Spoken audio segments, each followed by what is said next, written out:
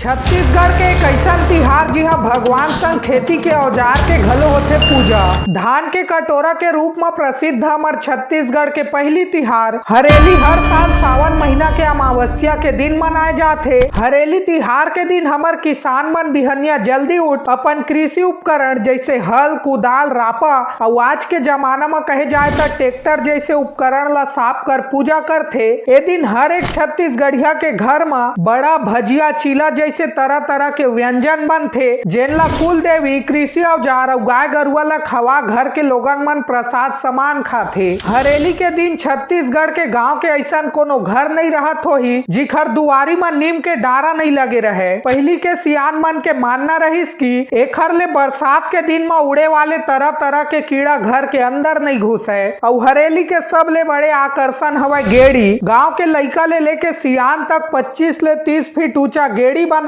हरेली तिहार के जश्न मनाथे। तो कमेंट में प्रेम से लिखो हरेली तिहार की जय। और अगर हमार रील अच्छा लगत हो तो लाइक फॉलो शेयर घलो कर दे।